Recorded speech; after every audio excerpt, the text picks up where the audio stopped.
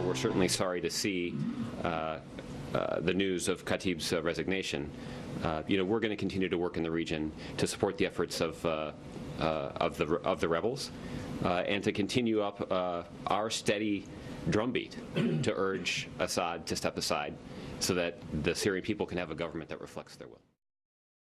Anything that supports President Assad is problematic.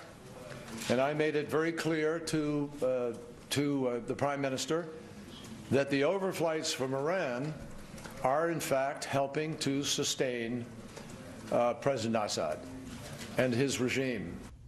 Charles, will that discussion by the Secretary change things? That was an appalling statement. Does he think Maliki is in the third grade?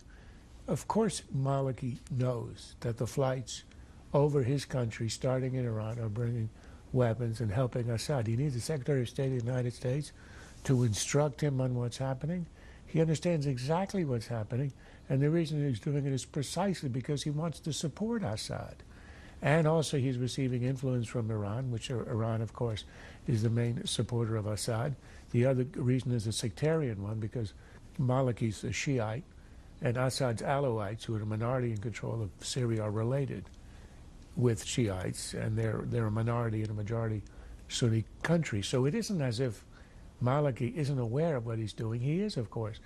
The story is that the Secretary of State is representing a country which has been in retreat from Iraq.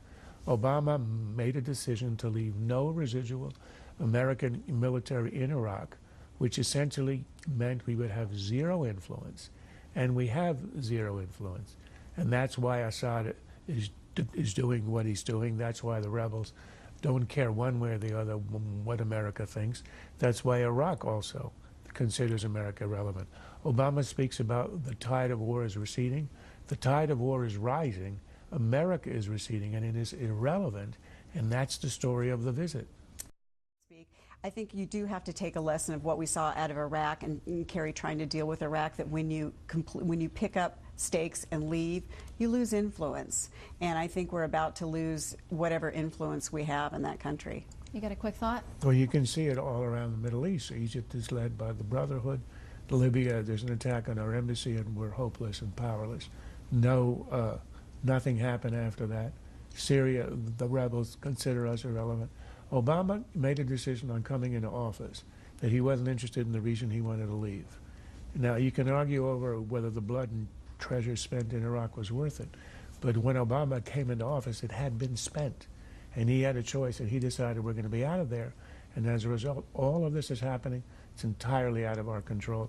This trip is all for show. We had a decision from the Eurogroup. This decision is painful for the Cypriot people. This decision was a defeat of solidarity and social cohesion. That's the president of the parliament in Cyprus talking about the deal they've reached. Here is how the U.S. Treasury Department is reacting today to this. In part, they say it is critical to lay the foundation for a return to financial stability and growth in Cyprus. The European Central Bank commitment to provide liquidity is important in this regard. We will continue monitoring developments closely as details are finalized and the agreement is implemented. And of course, Charles, the first thing that people think when they hear about it somewhere else, they think, is it coming to the U.S.? I mean, there are ripple effects to all of these deals and financial burdens. Well, it's not going to happen here because when we had our crisis in 08 and 09, everybody was insured and the banks were saved. So even if you had over the insured amount, it was secure. But what's amazing here, I think, is how small Cyprus is and how relatively small the problem is. The bailout total that you mentioned is about a quarter of Apple's cash on hand.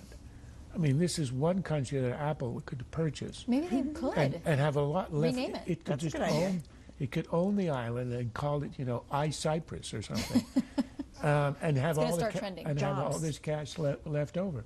So, but the ripple effect is this: it isn't on American depositor; it's on a depositor in Spain or Italy, which are sort of next in the list with insolvent banks.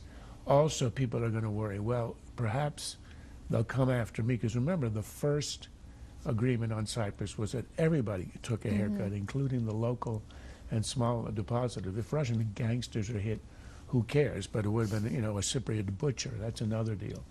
So there are people in Spain and Portugal, well, not in Portugal, it's already been bailed, Spain, Italy, other countries with very weak economies. And if you get either a run on the banks or a refusal to actually deposit in the banks, those are going to go under as well. So it's very complicated. This is only a Band-Aid.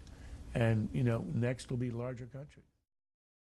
How linked are we, though? A global economy these days, Charles. It seems like every, flare-up that we're going to see out there, it's going to impact all the other players, and there are so many dominoes. Well, there are in Europe, and it could be the euro is not sustainable, or it could split into a southern euro with the weaker countries with looser regulation, and then a northern one anchored by Germany. It could go any way. But before it reaches us, it's got to go through a lot of ripples. I think we are pretty well insulated. In the meantime, don't forget, Charles is proposed iCyprus. It'll be a great campus for Apple. We'll see if Apple is listening. See if we can get that trending. All right.